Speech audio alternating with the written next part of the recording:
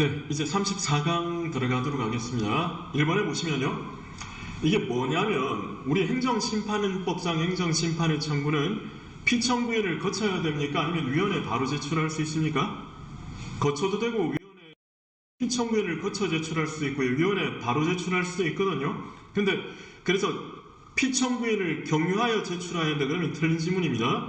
그런데 대부분은 이제 피청구인한테 보내요. 만약에 동작구청장의 처분에 대해서 제가 서울시행정심판위원회에 심판을 청구한다 그러면요, 동작구청장한테 심판 청구서를 보낸다는 겁니다. 그럼 그때는 어떻게 되느냐? 그러면요, 이제는 피청구인은 이거를 받고 자기가 보니까 자기가 처분할 때는 몰랐는데 심판 청구 들어와서 보니까 잘못한 것 같더라. 그러면 이제 취소하고 위원회로 송부를 하고요. 그게 아닌 것 같으면 지가 답변 써가지고 위원회로 송부를 한다는 겁니다. 그래서 보시면 1번에 피청구인이 심판 청구서를 접수하거나 송부받으면 10일 이내 답변서를 위원회로 보낸다는 게 그 뜻입니다. 날짜는 그렇게 중요한 거 아닙니다. 여기서는요. 자, 그 다음에 2번에 보시면요. 처분의 상대방이 아닌 제3자가 심판 청구를 한 경우에는, 그러면 처분의 상대방, 예를 들어 공장건축허가에 대해서 동네 주민이 심판 청구를 했다. 그럼 그때는 이제 여기에서 이 공장건축허가를 받은 사람이 심판에 참가할 수 있도록 하기 위해서 알려줘야 그 얘기입니다. 그게 2번이죠. 그 다음에 여러분, 무효확인 심판은 청구기간에 제한이라는 게 없습니다. 그죠? 근데 의무이행 심판은 항상 두 가지를 생각하십시오. 거부 처분도 의무이행 심판을 제기할 수 있고 부작위도 의무이행 심판을 청구할 수 있거든요. 그러면 거부 처분에 대한 의무이행 심판은 기간 제한이 그때는 있습니다. 그러나 부작위에 대한 의무이행 심판은 기간 제한이 없습니다. 그게 3번이죠. 자, 그리고 4번입니다. 처분이 있음을 안 날부터 90일이죠.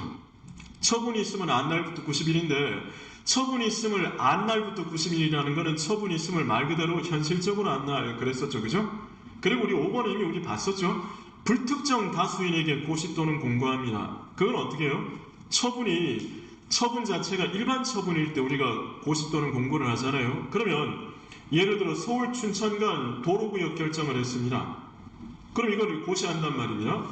그런데 거기에 포함된 사람들이 도로구역에 포함된 토지 소유자가 한둘이 아니겠죠. 그러면 각각 안날로부터 90일 걸어버리면 제소기간이 뒤죽박죽 엉망이 됩니다. 그래서 그때는 공고가 효력을 발생한 날에 처분이 있음을 알았다고 본다는 게 5번 내용이라는 거 우리 봤었죠. 그죠? 그 다음 여러분, 이 심판법에 따르면 6번에 요거는 여러분 10교 낼 때 점수 퍼주기 위해서 내는 거니까 그대로 보십시오. 청구인이 전제지변, 전쟁사변 등으로 인하여 처분이 있음을 알게 된 날부터 90일 이내에 심판 청구를 할 수가 없었을 때에는 소멸한 날부터 14일, 국외는 30일이 됩니다. 그냥 어렵지 않은 조문 내용이 그대로 보시고요. 그 다음에 원래 여러분 처분이 있으면 안 날부터 90일, 처분이 있었던 날부터 180일인데 안날이라는 것은 현실적으로 안날이고요. 있었던 날이라는 것은 도달되어 효력이 발생한 날이거든요. 그러니까 원래 뜻은 달라요. 뜻은 다른데 그러나 현실적으로 90일과 180일의 날짜를 산정하는 출발점은 현실적으로는 같습니다. 왜? 우리 판에는 어떻게 봅니까? 처분이 상대방 주소지에 도착이 되면 처분이 있음을 알았다고 보지 않습니까? 알았다고 추정을 하잖아요. 추정을 하기 때문에 실제로는 90일, 180일의 날짜 기산점은 같습니다. 그리고 또 하나 90일, 180일 중에는요 둘 중에 하나라도 기간 지나면 심판 청구 못해요. 그렇기 때문에 이 부분들에 대해서는 그래서 90일, 180일의 기산점은 실질적으로 같은데 다만 우리 행정심판법에는 오고지, 불고지에 대한 규정이 있죠. 그래서 어떻게 해요? 만약에 처분을 하면서 심판 기간을 안 알리면 페널티를 줍니다.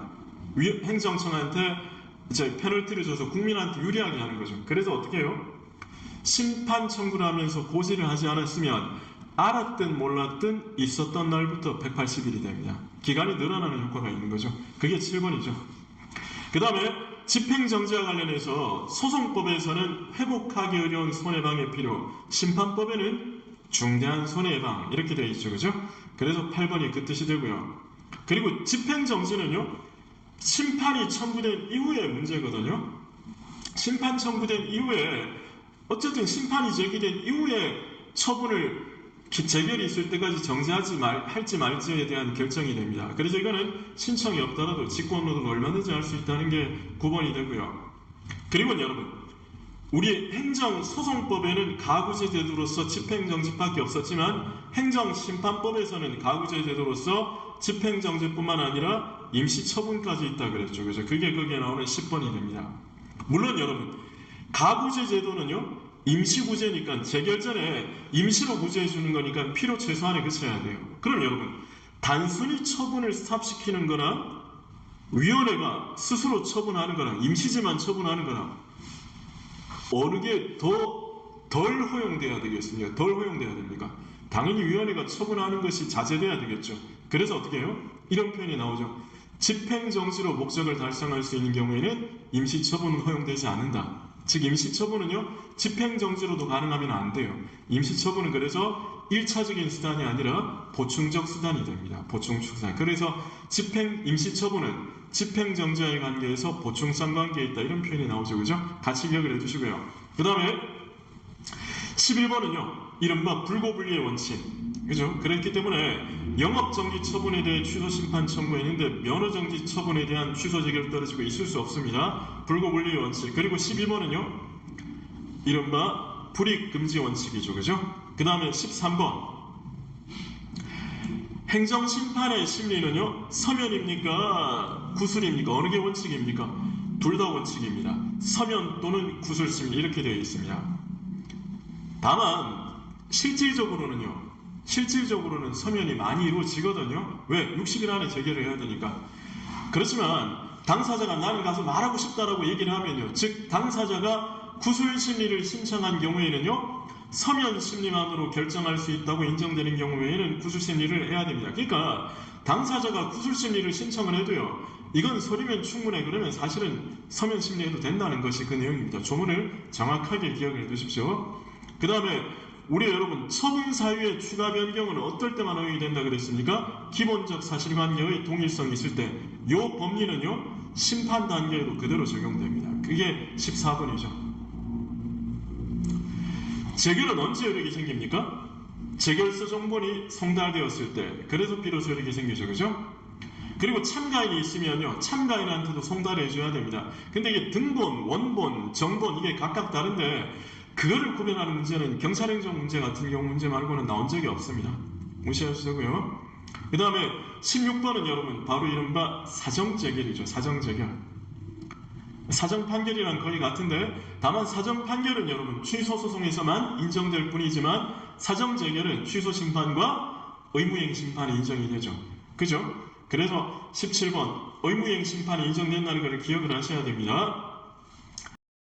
무효하게 심판은 당연히 안 됩니다. 무효는 처분의 효력이 없는데 뭐 처분을 살려둡니까? 무효하게 심판은 그런 거 안 됩니다. 그 다음에 18번은요. 자, 파면 처분에 대해서 취소소송이 제기되었는데 이게 비례 원칙을 위반한 것 같아요. 그럼 법원은 파면을 강등으로 바꿀 수 있습니까?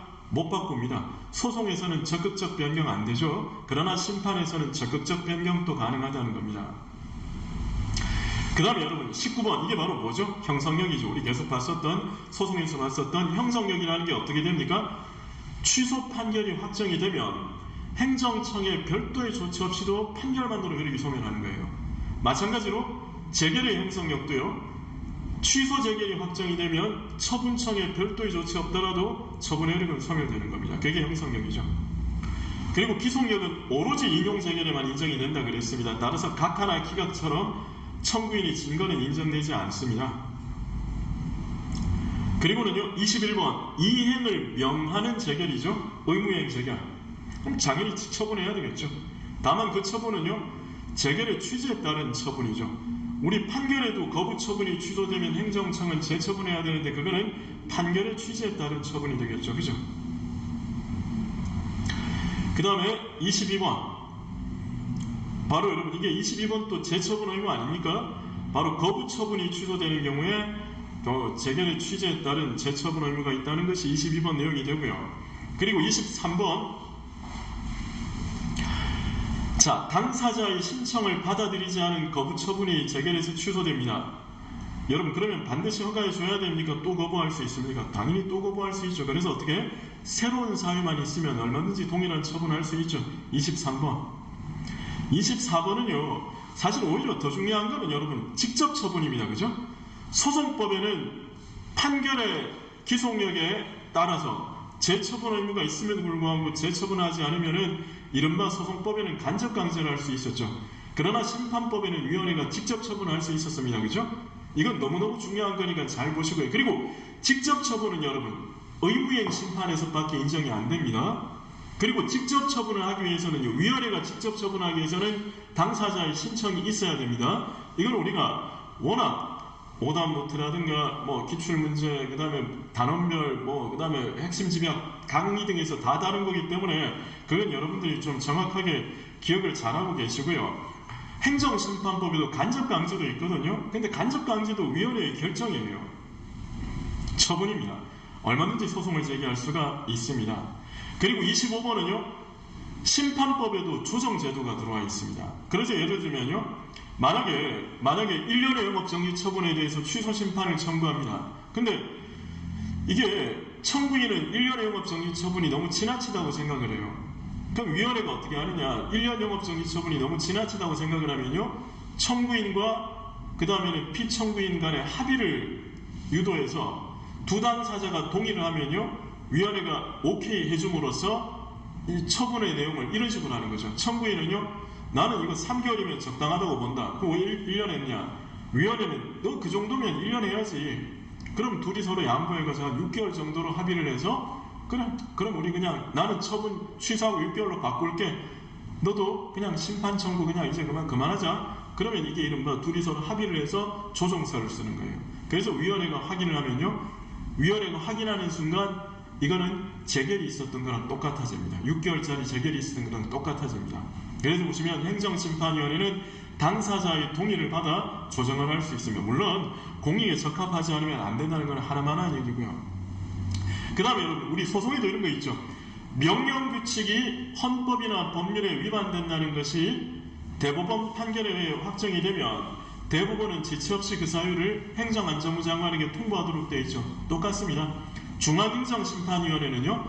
처분의 위법 여부를 심사하는데 처분의 근거가 된 명령 등이 위헌 위법이라고 판단되면 그러면 적절한 시정 조치를 요청할 수 있다는 게 26번이 됩니다. 그리고 여러분 만약에 행정심판위원회가요 처분청의 처분을 적법하다고 해서 청구인의 청구를 기각하는 재결을 했습니다. 만약에 영업허가 취소 처분에 대해서요 영업허가 취소 처분에 대해서 취소 심판 청구했는데 기각 재결을 했습니다. 기각 재결했다는 말은 처분이 적법하다는 거죠. 위원회는 적법하다고 판단했죠. 그러면 여러분 그 처분의 상대방은 소송 못 들어갑니까? 이 처분 허가 취소처 문제 있는데 라고 취소 소송하면서 처분이 위법하다는 주장을 못합니까? 당연히 할 수 있죠. 당연히 할 수 있죠. 그러나 법원의 판결이 한번 확정이 되면 다음 소송에서 또 딴소리는 못한다 그랬죠. 그러나 위원회의 재결에 있어서는요. 재결에 불만이 있으면 또 소송 제기할 수 있습니다. 즉 재결에 불만이 있으면요. 재결에서 판단된 것과 얼마든지 다른 주장을 할 수가 있습니다. 그게 다른 말로 하면 재결에는 이미 판단했다라는 힘. 그러니까 딴소리 하지 마라. 이미 판단했으니까 딴소리 하지 마라. 기판력이죠? 기판력이 인정되지 않습니다. 그게 27번이 됩니다. 그 다음에는요. 28번은요. 고지의무를 불이행한 경우에는 처분 자체가 위법하게 되는 것은 아니죠. 그러니까 고지를 안 했다 하면 아니 너 언제까지 어디에 행정심판 청구에 이거 안 알려줬다 그래서 처분이 위법하게 되는 건 아닙니다. 다만 고지를 안 하게 되면요. 아까 우리 봤었지만 처분이 있음을 알았더라도 처분이 있었던 날부터 180일 이내에만 심판 제기하면 돼요. 그리고 29번은요. 거부 처분에 대한 이의신청을 받아들이지 않는 취지의 기각 결정. 여러분 이거는 뭡니까? 그냥 거부 처분을 그대로 두는 거지. 이거는 항고소송의 대상이 되는 것이 아니라는 겁니다. 새로운 불이익을 주는 게 아니라는 게 29번입니다. 근데 29번은요. 나중에 이거 서방직은 뭐 더 깊이는 안 나올 거고요. 나중에 행정기본법 하면서 또 설명을 한 번 더 드릴 일이 있습니다. 오늘은 여러분 이 정도로 보도록 하겠습니다. 그래서 필수 개념은 이 정도로 하겠습니다. 열심히 또 마무리하시고 우리는 다음 또 필수 개념 시간 그리고 그 전에 또 특강 시간에 뵙도록 하겠습니다. 남은 시간들 잘 보내십시오. 감사합니다.